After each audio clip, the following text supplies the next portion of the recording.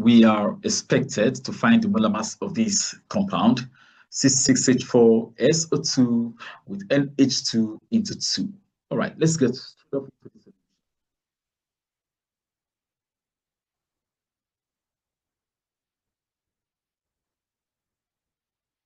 Now we take the compound C6H4SO2 with the amine group NH2. This is an organic compound occurring twice. Let's get straight off into it. Now, there are 6 carbon atoms. So the molar mass is going to be molar mass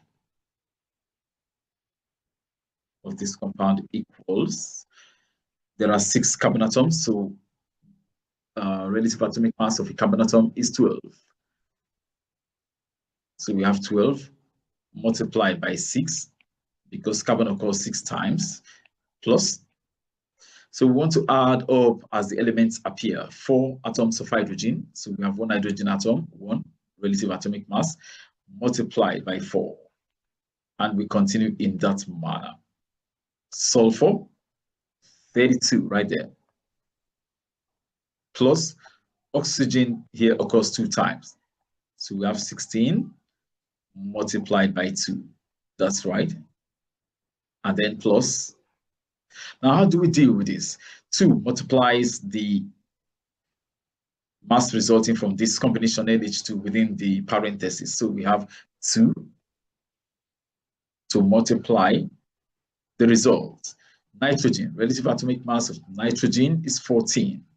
So we take up 14 plus that of hydrogen, 1 multiplied by 2.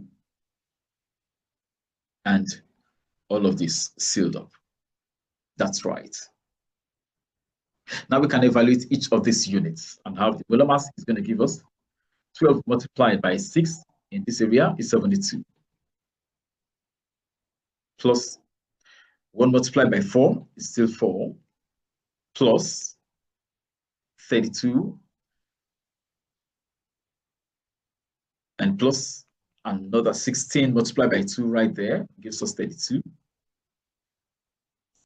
Plus, let's work now from the inner brackets.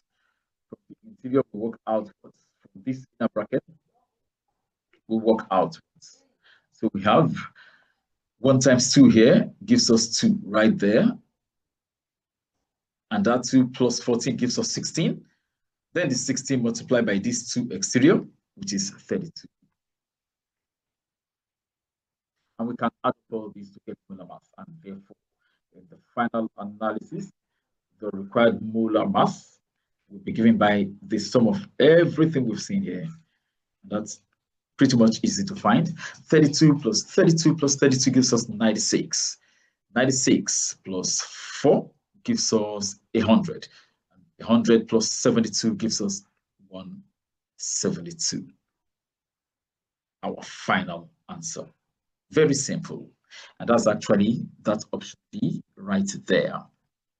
Now, attached to this video are quizzes that you can attempt, questions to test for your understanding of the content of this video.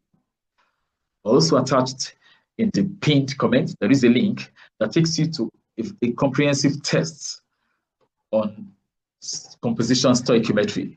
So you can check your mastery or your understanding of the topic chemical composition stoichiometry. There are 20 questions to be solved in 30 minutes.